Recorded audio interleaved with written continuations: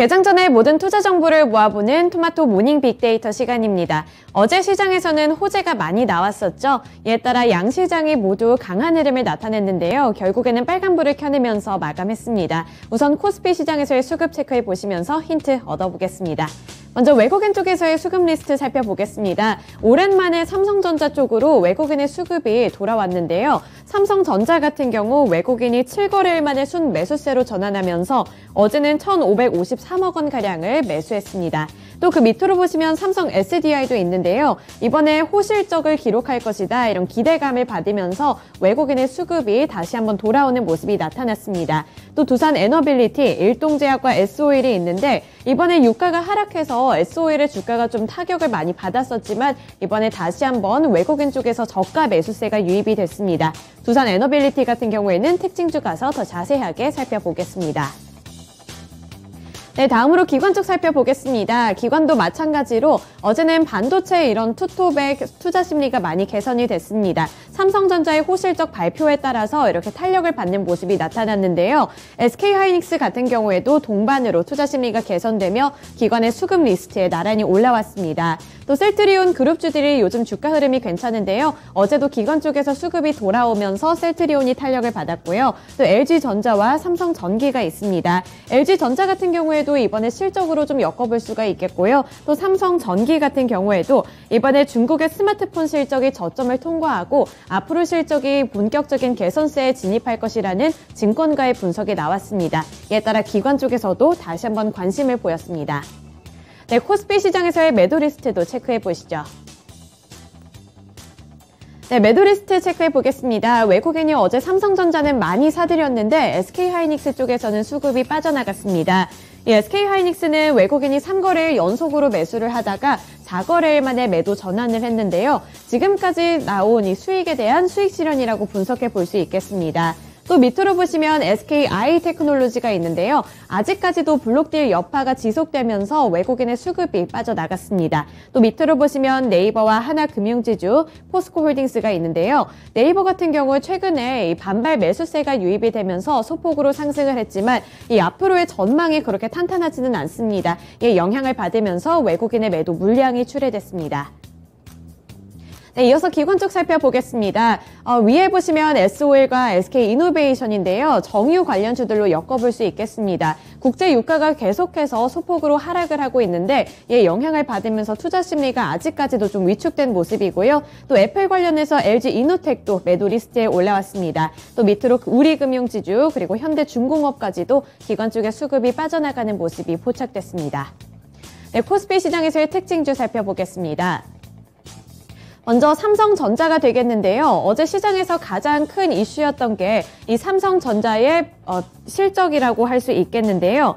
이번에 삼성전자의 2분기 매출이 77조대를 돌파하면서 역대 두 번째를 기록했다고 합니다. 이 삼성전자가 분기 77조 원대 매출을 올린 것은 올해 1분기에 이어서 역대 두 번째인 거고요. 영업이익도 14조 원대를 기록해서 2017년과 2018년 반도체 슈퍼사이클 기간의 실적과 어깨를 나란히 했다고 합니다. 이에 따라 삼성전자가 오랜만에 3% 넘게 급등하는 모습을 연출했습니다. 네, 두 번째 특징주로 넘어가 보겠습니다. 두산 에너빌리티가 되겠는데요. 어제 EU 쪽에서 원전을 텍소노미에 포함시키겠다고 밝혔습니다. 이 원전뿐만 아니라 천연가스까지 텍소노미에 분류하겠다 이렇게 밝혀왔는데요. 이번에 2020년 논의 시작 이후에 원전과 가스는 텍소노미에 포함이 되지 않았었는데 이번에는 포함시키겠다는 이 의지를 밝히면서 국내에서도 이 원전 관련주들이 다시 한번 탄력을 받았습니다. 그중에 대장주로 꼽히고 있는 두산 에너빌리티가 외국인과 기관 쪽에서의 수급이 많이 들어왔고요. 관심을 많이 받는 모습이 나타났습니다. 네, 이어서 코스닥 시장도 살펴보겠습니다.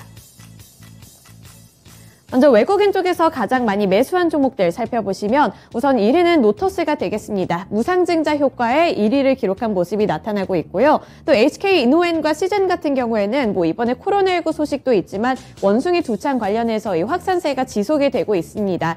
이쪽에서는 이 글로벌적으로 좀 우려감이 더 확산이 되고 있는데요. 이번에 WHO가 원숭이 두창 관련 2차 긴급회의를 소집했다는 소식에 어제 시장에서 다시 한번 관심을 받았습니다. 또 밑으로 보시면 네이처셀과 퓨런티어가 있는데 퓨런티어 특징주 가서 더 자세하게 설명해 드리겠습니다. 네, 이어서 기관 쪽도 살펴보실까요? 최근에 셀트리온 삼형제들의 주가 흐름이 탄탄한 가운데 기관은 셀트리온 헬스케어를 향한 관심을 지속적으로 나타내고 있습니다. 또 바이오 쪽에서 레고캠 바이오도 2위에 오른 모습이고요. 엔터주들 최근에 기대감 많이 받고 있는데 JYP 엔터테인먼트가 기관의 수급을 받았습니다. 또 밑으로 보시면 진단키트 관련해서 시제는 외국인과 기관이 동반 매수한 종목이 되겠고요. 어제는 전기차 관련주들이 탄력을 받은 가운데 선보도 역시 관심을 받았습니다. 네, 이어서 매도 리스트도 체크해 보겠습니다.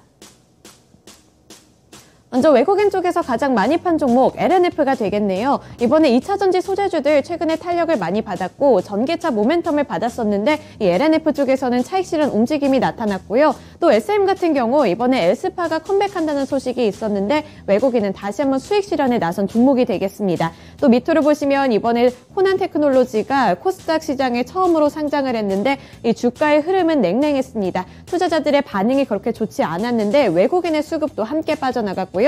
또 밑으로 보시면 한일사료와 JYP 엔터테인먼트가 있습니다. 네, 기관 쪽 살펴보겠습니다. 기관 살펴보시면 코난 테크놀로지 동반 매도한 종목이 되겠고요. LNF 역시 외국인과 기관의 수급이 모두 빠져나간 종목이 되겠습니다. 밑으로 엔캠과 포바이포, 수젠텍이 있는데 우선 포바이포 같은 경우에는 건설 자재로 해가지고 좀 탄력을 많이 받았었지만 이 기관 쪽에서의 수급이 빠져나가면서 매도 리스트에 올라온 모습입니다. 네, 코스닥 시장에서의 특징주 살펴보실까요? 먼저 퓨런티어가 되겠습니다. 미국의 전기차 관련주들이 주가에 급등을 했는데요. 이 급등 영향에 국내에서도 이 관련주들이 동반 상승세를 나타냈습니다. 여기서 퓨런티어가 좀 관심을 많이 받았는데요. 이 미국에서 리비안의 출하량이 크게 늘어나면서 생산 차질이 완화된 영향이라고 볼 수 있겠습니다. 미국의 전기차 스타트업인 리비안의 지난 2분기 전기차 생산량이 전분기와 비교를 했을 때 72%가량 증가했다고 하는데요. 이 출하량 같은 경우에도 전분기 대비 3배 넘게 증가하면서 이 주가가 급등을 했습니다. 또 리비안뿐만 아니라 루시드나 미국의 전기차 관련주들의 주가 흐름이 동반으로 이렇게 급등세를 나타내게 되면서 투자 심리가 개선이 됐고요. 또 이런 2차전지 관련한 부품주들 그리고 소재주들이 어제 시장에서 부각을 받았습니다. 여기서 퓨런티어가 관심을 받은 종목이 되겠습니다. 네, 마지막으로 오늘 주요 일정까지 함께 살펴보겠습니다. 먼저 첫 번째로 오늘 미국 고용지표가 발표되는 날인데요. 여기에 비농업 고용지수, 실업률, 경제활동 참가율을 비롯해서 6월의 시간당 평균 임금까지 이렇게 좀 발표가 되는 날입니다. 이 고용지표가 최근에 가장 중요한 지표로 부각을 받고 있는 만큼 좀 미국 연준의 정책에도 영향을 끼칠 만한 지표니까요. 체크해보시면 좋을 것 같고요. 앞서 살펴봤다시피 오늘 SM의 에스파가 컴백하는 날입니다. 오늘이라고 하는데 이 주가 흐름 어떤 변동성이 나타날지 체크해보시면 좋겠고요. 또 블링컨과 왕이 외교부 장관의 양자회담이 9일에 좀 있을 예정입니다. 주말 동안에 어떤 이야기가 오고 가는지 체크해 보시면서 이번 한 주도 잘 마무리하셨으면 좋겠고요. 다음 주 전략까지도 잘 짜보셨으면 좋겠습니다. 네, 지금까지 토마토 모닝 빅데이터 시간이었습니다.